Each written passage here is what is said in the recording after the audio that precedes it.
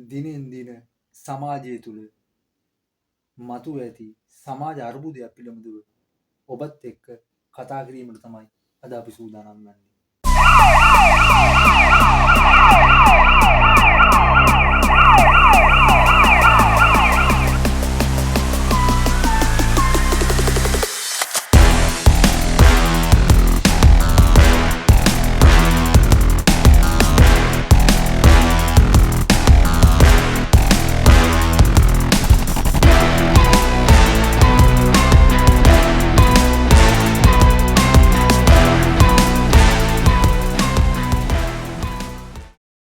මොකද්ද මේ සමාජ අර්බුදය? සමාජ අර්බුදය කිව්වහම සමාජ අර්බුද රාශියක් තිබෙනවා. ආර්ථිකමය ප්‍රශ්න, දේශපාලනමය ප්‍රශ්න, නීතිමය ප්‍රශ්න. ඒ සියල්ලටම වඩා නූතන සමාජයේ දවසින් දවස කියවෙන වචනයක් තියෙනවා. ඒ තමයි අපරාධ. අපරාධ පිළිබඳව නූතනයේ දැඩි කතාබහකට ලක් වෙලා තියෙනවා. ඒ කතාබහට ලක් වුණු අපරාධ සිදුවීමක් ඊයේ සිද්ධ වුණා.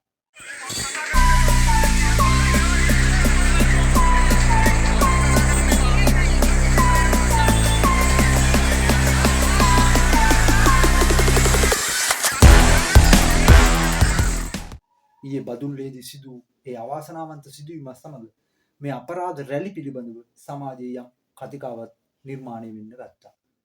ඇත්තටම මිනිස්සු අපරාධ කරන්නේ ඇයි? මිනිස්සුන්ට අපරාධ කරන්න හේතු වුණ කාරණා මොනවාද? අපරාධයක් කියන්නේ මොකක්ද? මේ සමාජයේ පාලනය කර ගැනීමට නොහැකි තත්ත්වයකට අපරාධ ඉහළ ගිහිල්ලා තින්නේ ඇයි?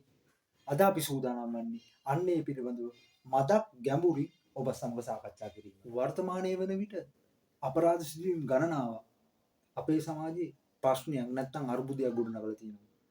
මිනීමැරුම්, පහර දීම්, මංකොල්ල කෑම, සිවිදි නසා ගැනීම වැනි නොයෙකුත් ආකාරයේ අපරාධ මේ දවස්වල ටිකක් සමාජයේ වැඩිපුර සිද්ධ වෙනවා. ඇත්තටම මෙහෙම සිද්ධ වෙන්නේ, ඇත්තටම මේක වෙන්න හේතු වන කරුණු මොනවාද? අන්නේ කරුණු වල ගැඹුරු හොයාගෙන තමයි අද අපි යන්න හදන්නේ. සමහරෙක්ට කියන්න පුළුවන් අපරාධ වැඩි වෙලා තියෙන්නේ නීතිය හරියාකාරව ස්ථාපිත වෙලා නැති නිසා කියලා. නැත්නම් නීතිය හරියාකාරව ක්‍රියාත්මක වෙන්නේ නැති නිසා කියලා. තවත් සමහරෙක්ට කියන්න පුළුවන් දේශපාලනමය අතපෙවීම මෙන්න මේ කියන අපරාධ රැල්ල වැඩිවීමට ඉහළ ගිහිල්ලා තියෙනවා කියලා. නූතනය අතීතයේ දෙස බලුවහම මෙන්න මේ දේශපාලනමය මැදිහත් වීම සෑහෙන්න දුරට මෙන්න මේ අපරාධ රැල්ලත් එක්ක බැඳී පවතිනවා.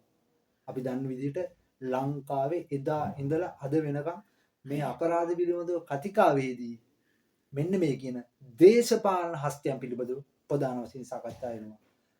නමුත් මේ එක කෝණයකට ලඝු කිරීමට නොහැකි කරුණක්. මේ අපරාධ කියන්නේම මොනවාද? අපරාධ වෙන්නේ කොහොමද? සමාජයේ දිනෙන් දින මේ අපරාධ ඉහළ යන්නේ ඇයි? මේක සමාජමය ප්‍රශ්නයක්.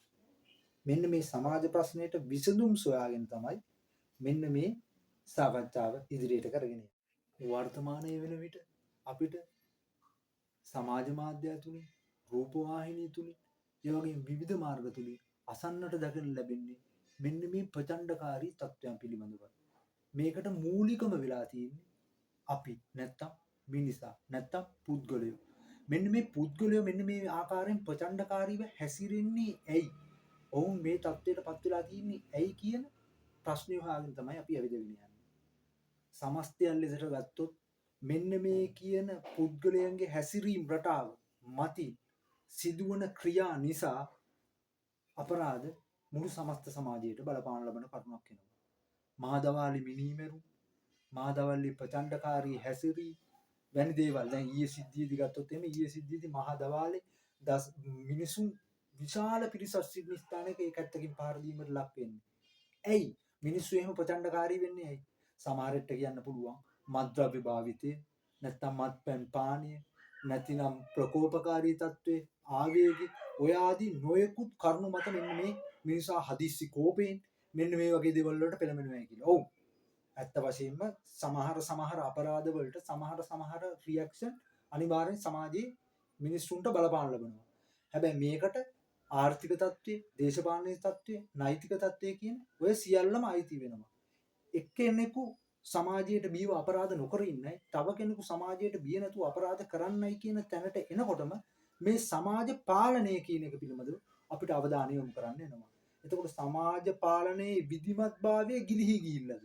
සමාජ පාලනය හරියාකාරව වෙන්නේ නැද්ද? හරියට යාන්ත්‍රණයක් මේ සඳහා එලිලා නැද්ද? මේක වෙන්නේ මේ නිසාද? මෙන්න මේ ප්‍රශ්නය දැඩිව දැන් සමාජයේ කතාබහට ලක් වෙලා තියෙනවා. මන්ද සමාජයේ පාලනය කරනවා නම් නීතිමය බලධාරීන් විසින් ඒ නීතිමය පැත්තේ අඩුපාඩුවන් නිසා සමාජයේ මෙවැනි ප්‍රචණ්ඩකාරී අපරාධ සිදු වෙනවාද කියලා මිනිසුන් ප්‍රශ්න කිරීමකට තුඩු දෙන කාලබකවනුවක් තමයි දැන් මේ ඇවිල්ලා තියෙන්නේ. උදාහරණයක් විදිහට ගන්නවා නම් මේ ඇමරිකාවේ හිටපු ශ්‍රේෂ්ඨ දාර්ශනිකයෙක් වන මාටින් ලූතර් කිං වරම් මෙන්න මෙහෙම කියලා තියෙනවා. නීතිය පනවා සදාචාරය ඇති කළ නොහැකි නමුත් එම නීතිවලට මිනිස් හැසිරීම් පාලනය කළ හැකිය. නීති පනවලම මේක විසඳන්න බෑ. හැබැයි නීති මගින් මිනිසාගේ හැසිරීම් යම් කිසි මට්ටමකට පාලනය කරන්න පුළුවන්. අධිකරණ නියමයන්ට මිනිසුන්ගේ හදවත් වෙනස් කළ නොහැකි වුවද හදවත් නැත්තවුන්ගේ කටයුතු සීමා කළ හැකිය. ඒක හරි දාර්ශනික සහ හරි වැදගත් කියවන. ඒ කියන්නේ අධිකරණයට බෑ මිනිසුන්ගේ හදවත් වෙනස් කරන්න බෑ. හැබැයි හදවත් නැති මිනිසුන්ගේ කියන්නේ මේ ආකාරයෙන් ප්‍රචණ්ඩකාරීව හැසිරෙන පුද්ගලයන්ට යම්කිසි පාලනයක් කරන්න, යම්කිසි බල කිරීමක් කරන්න, ෆෝස් එකක් යොදවන්න, බලයක් යොදවන්න, මේක කරොත් මෙහෙම වෙනවා. මේක කරු දැන් අපි උදාහරණයක් විදිහට ගත්තොත් දැන් ලංකාවේ තියෙනවා දණ්ඩ නීති සංග්‍රහය, අපරාධ නඩු විධාන සංග්‍රහය, ඒ වගේ නොයෙකුත් නීති කෘති ගොඩාක් තියෙනවා අපිට. එතකොට මේ නීති කෘති වලට අනුකූලවද මේ සමාජය දැන් හැඩගැහිලා තියෙන්නේ. දැන් දණ්ඩ නීති සංග්‍රහය පිළිබඳව අවබෝධයක් අපේ සමාජයේ තියෙනවද? දැන් මෑත කාලේ මේ දින 56 ආණ්ඩුව නිසා තමයි වර්තමාන වෙනකොට යම් කිසි පිරිසක් හරි මෙන්න මේ කියන ආණ්ඩු කොම් ව්‍යවස්ථාවක් අතපත ගෑවේ. එතකොට ආණ්ඩු කොම් ව්‍යවස්ථාව කියන්නේ නීතිය සම්පාදනය කරන තැන. සරලවම ගත්තොත් එහෙම ඔබ ඡන්දෙ දීලා පත් කරන පුද්ගලයා පාර්ලිමේන්තුවට ගිහිල්ලා ඔවුන් විසින් සාකච්ඡා කරනු ලබන සාකච්ඡාවක ප්‍රතිඵලයක් විදියට නීති ස්ථාපිත වෙන බවක්වත් අද සමාජයේ හුඟක් දෙනෙට යන්නේ නැහැ. ඒක මේ සමාජයේ සිටින පුද්ගලයන්ගේ වරදක් නෙමෙයි. කොහෙන්වත් කිසිම ආකාරයකින් යම් කිසි දැනීමක් මේ සමාජය පිළිබඳව නැත්නම් සමාජ නීති පිළිබඳව නැත්නම් අපරාධ පිළිබඳව කිසිම දැනීමක් කොතනකින් හෝ සමාජ ජීවියට හම්බෙන්නේ නැහැ. ඒකට ලැබිකමක් දක්වන, ඒකට උනන්දුවක් දක්වන අය සීමිත පිරිසක් විතර ඒක හොයාගෙන යනවා. හැබැයි සමස්තයකට ඒ අවස්ථාව උදා වෙන්නේ නැහැ. උදාහරණයක් විදිහට ගත්තොත් ලංකාවේ පාසල් අධ්‍යාපනය තුල ඒ පාසල් අධ්‍යාපන ලබන ළමයින් තුල නැහැ කිසිම අදහසක් මේ නීතියක් කියන්නේ මොකද්ද, අපරාධයක් කියන්නේ මොකද්ද? එහෙම නැහැ. දැන් ඕන්ට තියෙන්නේ ඇත්තටම කියනවා නම් සදාචාර සම්පන්න හික්මීමක් පමණයි. උදාහරණයක් විදිහට දහම් පාසලෙන් තමන් නියෝජනය කරන ආගමානුකූලව තියෙන පාලනය විතරයි සමාජ පාලනයට දෙලා තියෙන්නේ. ඕ නීතියෙන් මේක මෙහෙම පාලනය වෙලා තියෙනවද? නීතියෙන් මේක කරන්න බැරිද? නීතියෙන් මොකද්ද මේකට කරොත් එන්නේ? මේක වෙන්නේ කොහොමද? එහෙම ඒ කියන්නේ එහෙම සමාජය තුල දැනුමක් ගොඩනැංවීම අත්‍යවශ්‍ය වෙලා තියෙනවා මෙවැනි ප්‍රචණ්ඩකාරී අපරාධ සමාජගත වෙනකොට. මොකද නීතියේ පාලනයෙන් යම් කිසි නිදීමක් මේ අවස්ථාව වෙනකොට අපිට දක්නට ලැබෙනවා මෙන්න මේ ප්‍රචණ්ඩකාරී අපරාධ රැල්ල ඉහළ යනවා සමග. එතකොට නීතියේ පාලනයෙන් මිනිස්සයා ගිලිහෙනවා කියන්නෙම මිනිසා තමන්ගේ හිතුමතේ තමන්ට ඕනෑ තමන්ට කැමති තමන්ට උවමනා ඕන දේවල් කරගන්නවා. එහෙම කරොත් එහෙම අර කැලෑ නීතිය නැත්තම් ප්‍රබලයා විසින් දුබලයා මරාගෙන පැවැත්වෙන නීතිය බවට පත් වෙනවා. හැබැයි සදාචාර සම්පන්න ස්වෛරී රාජ්‍යයක නැත්නම් අපි වගේ මේ ප්‍රජාතන්ත්‍රවාදී රටක ඒක සුදුසු නෑ. මේ අදහස් දැක්වීමත් එක්ක දැන් මෙහෙම හිතලා බලනකොට ඔබ තුල යම්කිසි අදහසක් ගොඩනගෙන්නට ඇති. ඇත්තටම අපරාධ වැඩි වෙලා තින්නේ. ඇත්තටම මිනිස්සු ප්‍රචණ්ඩකාරීව හැසිරෙන්නේ ඇයි කියලා. ඇත්තටම මේ තත්ත්වවලට ආර්ථිකමය තත්ත්වයේ දුගීභාවයේ මද්ද්‍රව්‍ය කියන එක අපි හැමදාම සාකච්ඡා කරන දෙයක්. ඒක අර හැමදාම කියවන දෙයක්නේ. හැබැයි ඊට එහා ගිහිල්ලා මේක ගැඹුරට හරියට ගැඹුර ටච් කරනකොට මේකේ අපිට තේරෙනවා මෙතනින් එහා ගිය මොකක් හරි වෙලා තියෙනවා. ඒ කියන්නේ දැන් මිනිසා ප්‍රචණ්ඩකාරී වන එක ගැන ඉතිහාසඥයෝ පවසන්නේ මිනිහා උප්පත්තියෙම ප්‍රචණ්ඩකාරී සත්වෙක්. දැන් අර සමහර තැනක කියමනක් තියෙන නීතිය මේ මිනිසා නීතිය නොමැති නම් මිනිසා යනු තිරිසන් සතෙක් හා සමානයි කියලා. ඒ කියන්නේ ඒ தත්වයට තමයි මිනිසාගේ මේ හැසිරීම රටා තියෙන්නේ. එතකොට මේ හැසිරීම රටාවන් පාලනය කළා මේ සමස්ත සමාජය හරියාකාරව ගලාගෙන යාමට තමයි නීතිය කියන ආයතන බිහි කරලා තියෙන්නේ. එතකොට නීතිමය ආයතනය තුලින් වන පාලනය ඔවුන් සමාජයේ ජීවත් වන පුද්ගලයන් වෙත එල්ල කරන ලබන පාලනය මගින් තමයි මේ සාර්ථකව මේ සමාජයට ගලාගෙන යාමට පුළුවන් වෙන්නේ. හැබැයි නූතනයේ අද වන විට ප්‍රශ්නයක් තියෙනවා. දැන් අපේ ලංකාව වගේ රටක් ගත්තොත් අපේ වගේ රටක නීතිය හසුරුවනු ලබන්නේ අපිට කිට්ටුම ආයතනය තමයි පොලිසිය. පොලිසිය මගින් තමයි නීතිය අපිට ක්‍රියාත්මක කරනවා කියලා අපිට දැනෙන්නේ. මොකද අපි අධිකරණ පද්ධතියක් පිළිබඳව යන්න කලින් අපි නිතරම දැන් සමාජයේ සාම නිලධාරියා වශයෙන් අපි ක්‍රියා කරන්නේ නිතරම පොලිසියත් එක්ක බැඳියාවකි. හැබැයි අද පොලිසිය මේ වන විට අර්බුද රාශියකට මුහුණ දීලා තියෙනවා. දැන් මෙන්න මේ පොලිසිය මුහුණ දීලා තිබෙන අර්බුද රාශිය මතින් මෙන්න මේ මිනිසාගේ ප්‍රචණ්ඩකාරී හැසිරීම රටා උද්ගත වෙලා තියෙනවා කියලා තව කෙනෙක්ට හිතන්න පුළුවන්. ඒකේ අසත්‍යම්ම නැහැ. ඒකේ සාධාරණ පැත්තක් තියෙනවා. මොකද මේ වන විට පොලිසියට තියෙන අර්බුදයක් තමයි තවම අපේ ලංකාවේ පොලිස්පති කෙනෙක් පත් වෙලා නැහැ. තවම ඉන්නේ වැඩ බලන පොලිස්පති කෙනෙක්. එතකොට පොලිස් කොමිසමක් තියෙනවා. එතකොට පොලිස් කොමිෂන් වල පාලනය වෙන්නේ කොහොමද? එතකොට දැන් නූතන සමාජයේ දේශපාලනයේ පොලිස් නිලධාරීන්ට අතපොවන්න කොහොමද? ඇත්තටම ගත්තොත් මේ SI නිලයෙන් ඉහළ නිලධාරීන්ට තියෙන පීඩනය ඔවුන් දන්න හොඳ ආකාරව. ඔවුන්ට දැඩි පීඩනයක් මේ අවස්ථාවකට සමාජයෙන් එල්ල වෙනවා. මොකද සමස්ත සමාජයේම ඔවුන්ට පීඩනයක් එල්ලනකොට පාලකයොත් ඔවුන්ට පීඩනයක් එල්ල කරනවා. ඔවුන් දැන් දෙපැත්තට දැන් බිත්තියට හේතු වෙලා ඉන්නේ පොලිසිය ඇත්තටම කිව්වොත් එහෙම. ඉතින් පොලිසිය බිත්තියට හේතු වෙලා ඉදී ඔවුන් කොහොමද නීතිය ක්‍රියාත්මක කරන්නේ? ඉතින් මේ සමාජ පාලනය ගිලිහෙන ඔවුන්ගේ අතින්. ඔන්න ඔය සමාජ පාලනය ගිලිහෙනවාත් එක්කම මේ සමාජ පාලනය මෙන්න මේ සමස්ත මේ සමාජයේ ඉන්න ප්‍රචණ්ඩකාරී මිනිසුන් අතර යනවා. ඉතින් ඔවුන් ඊට පස්සේ ඔවුන්ගේ ඕන එපාකම් ඉටු කර ගැනීම සඳහා සහ ඔවුන්ගේ හිතුමතේට ඔවුන් නීතිය ඔවුන්ගේ පැත්තට බලාත්මක කරගන්නවා. මෙන්න මෙමගින් සමාජයට භීතියක් ඇති වෙනවා. යම් කිසි පිරිසක් විසින් කරන යම් කිසි ක්‍රියාමාර්ග වලින් සමාජ භීතියක් නැත්නම් සමාජ පීඩනයක් ඇති කරනවා නම් ඒක සමස්ත සමාජයට බලපානවා නම් අන්න ඒකට අපි සරලව කියන අපරාධයක් කියලා. එතකොට මෙන්න මේ අපරාධ පාලනය කරන්න ඒ පාලනය සඳහා යොදවා තිබෙන යාන්ත්‍රණයේ තිබෙන දුර්වලතාවය මේ වන විට වර්තමානයේ සමාජයේ දැඩිව කතාබහට ලක් විය යුතු කරුණක් වෙලා තියෙනවා. මොකද පොලිසිය එක අතකින් බිත්තියට හේතු වෙලා ඉද්දී මේ පාලනය කරන්නේ කවුද? ඔන්න ඕක තමයි දැන් ඇතිලා තියෙන තත්ත්වය. දැන් STF එකෙන් අරන් තියෙන සහයෝගයට දැන් මේ වන විට මිනිමරු මංකොල්ලකෑම් ස්ත්‍රී දූෂණ ළමා අපචාර ඒ සියල්ලේම ශීඝ්‍ර වර්ධනයක් අපිට පේන්න තියෙනවා. ඇත්ත කතා කරොත්.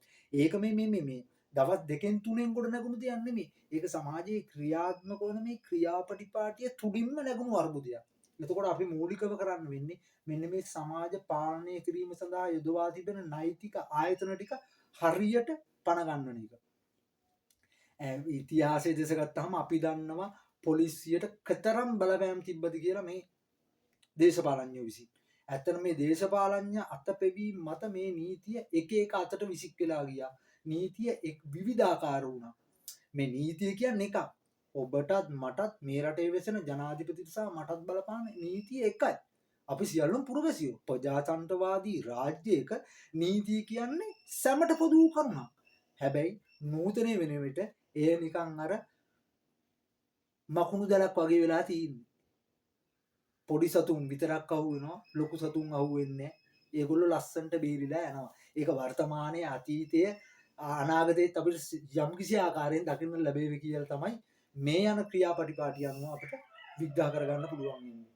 එතකොට අපි බලන්න ඕන මේ අවස්ථාවේ අපි කොහොමද මේ සමාජය පාලනය කරගන්න කියලා. ඒකේ දැඩි වගකීමක් සමාජ මාධ්‍ය ක්‍රියාකරුවා, ඒ වගේම මාධ්‍ය ප්‍රධානී, ඒ වගේම නොයෙකුත් නෛතික බලාත්මක ආයතන වල ප්‍රධානී, මේ නීතිය හා සාමය පිළිබඳ අමාත්‍යාංශ මේ සියල්ලන්ට මේක සමව බෙදලා යනවා. ඔවුන්ගේ වගකීම මෙවලේ මේ ප්‍රචණ්ඩකාරී රුදුරු අපරාධ රැල්ලෙන් රට බේරා ගැනීමට ඔවුන්ට දැඩි අවධානයක් යොමු කරන්න වෙලා තියෙන වපසරියක් සහ කාල කාල රාමුවක් තුල තමයි අපි මේ හිඳින්නේ. අපි එතකොට දැන් පැහැදිලිව දන්න කරුණක් තමයි මේ සමාජයේ අපරාධ රැල්ල ඇති වෙන්න මූලික වෙලා තියෙන්නේ මේ බීමත්කමක්වත් මත්ද්‍රව්‍ය පාවිච්චි කිරීමක්වත් පාතාලේ නැගිටීමක්වත් ඒවම විතරක්ම නෙමෙයි. මේ මානවයාගේ හැසිරීම් හරියාකාරව පාලනය කරගන්න ඒ සඳහා යොදවා තියෙන පාලනමය යාන්ත්‍රණයේ තිබෙන අවුල දැන් රටටම අවුලක් බවට පත් වෙලා තියෙනවා. දැන් මේ ළඟදිත් අපි දැක්කා දැඩි බිහිසුණු අනතුරක් සිදු වෙලා තිබ්බා. ඔය දැඩි වේගයකින් ගිහිල්ලා තිනවා පාලනයෙන් තොරව ගිහිල්ලා රාත්‍රී කාලේ. ඒවට නිසියාකාර ක්‍රියාමාර්ග නැහැ. බ්‍රියදුරෙට්ට කොච්චර දැන් ඩිස්ටන්ස් එක අපි ගමුකෝ කොළඹ ඉඳලා කතරගමට එළවනවා නම් පැය කීයක් එළවන්න පුළුවන්ද? ඔහුට සහායකයෙක් අවශ්‍යද? ඒවා යාන්ත්‍රණ ඒවා ඇවිල්ලා පරිපාලනයේ ගැටලු. නැතු ඒවා පුද්ගල වශයෙන් ගැටලු විදිහට අපිට ගන්න බෑ. ඒවා ඇවිල්ලා පරිපාලනයේ දුර්වල තැන තමයි මේ සියලුම අර්බුද ගොඩනගන්නේ. එතකොට මේ සියල්ලේම ඇඟිල්ල දිගු කරන්නේ පරිපාලනයට. එතකොට පරිපාලනය දැනගන්න ඕන අපි කොහොමද මේක නිසියානුකූලව මේක කාල රාමුවකට සකස් කරගන්නේ කියලා. දැන් අපරාධ වැඩි වෙලා නම් හැමෝම කතා කරනවා නම් අපරාධ වැඩි වෙන්නේ හැමෝම කියන විදියට හේතුව මොකද්ද කියලා විවිධ හේතු මේ සමාජයේ පුද්ගලයන් අතර තියෙන්න පුළුවන්. හැබැයි මේ සියලුම හේතු අරගෙන අපි එන්නේ අන්තිමට නීතිය බලාත්මක කරන කියන තැනට. ඔන්න ඔය නීතිය බලාත්මක කරනවා කියන තැනේ තියෙන දුර්වලතාවය මේ වෙන විට සමාජයේ දැඩි කතාබහට ලක් වෙලා තියෙනවා. කොටින්ම කිව්වොත් පොලිසිය තිබිලා වැඩක් නැහැ කියන තරමට මහ ජනතාව පෙළඹිලා තියෙනවා. මෙන්න මේ මහ ජනතාවගේ මෙන්න මේ පෙළඹීම සමාජයේ පාලනය කරගන්න මහත් අසීරු තත්ත්වයක් උදා වීමට නියමිත බවට සංඥාවක් වෙනවා. එහෙනම් අපි මේක මේ බලධාරීන් විසින් හරි මේ පිළිබඳව දන්නා උගත් බුද්ධිමත් පිරිස රැස් කරගෙන මේ සඳහා නිසියානුකූල ක්‍රියාමාර්ග ගැනීම නම් වහා ඉටු කිරීමට සිදු වෙනවා. ඉතින් අද අපි ඔබත් එක්ක සාකච්ඡා කිරීමට සූදානම් වෙලා මේ සාකච්ඡා කිරීම සිදු කරගෙන ගියේ මෙන්න මේ අපරාධ රැල්ලේ තිබෙන දරුණුභාවය ඔබට යම්කිසි ආකාරව අදහසක් වශයෙන් ගොඩනැගීමට සඳහා.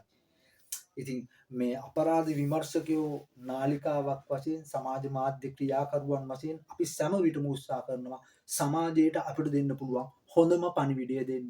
ඉතින් හොඳම පණිවිඩයත් මේ අවස්ථාවේ අපි සමාජයට දෙන්නේ සදාචාරාත්මක පාලනය කෙමෙන් ගිලී යන අවස්ථාවක ඔබ තුලින් සදාචාරාත්මක පාලනය ගොඩනගාගෙන මදක් ඉවසන්න මෙම යාන්ත්‍රණය හරියාකාරව රාජ්‍ය මැදිහත්වීමක් මගින් නැත්නම් ආණ්ඩු කරන මැදිහත්වීම මගින් හරියාකාරව ඉටු කරගන්නකම් කියලා. ඉතින් අප සමග මෙච්චර වෙලාවක් එකතු වෙලා ඉදී ඔයගොල්ලන්ට බොහොම ස්තුතියි. ඉතින් ඉදිරියේදී මෙවැනි සමාජ අර්බුද සමාජ ප්‍රශ්න පිළිබඳව සාකච්ඡා කිරීමට සහ ඒ සඳහා උගත් බුද්ධිමත් පිරිස් එකතු කරගෙන සාකච්ඡාමය වැඩසටහන් කීපයක් ගෙන ඒමට බලාපොරොත්තු වෙනවා. ඉතින් ඉදිරියේදී හමුවේ මේ බලාපොරොත්තු වෙන අපරාධ වලින් තොර හෙටක් උදෙසා පියමං කරන මාවතක් තැනීමේ අරමුණින් අදත් ඔබෙන් සමුගන්නවා.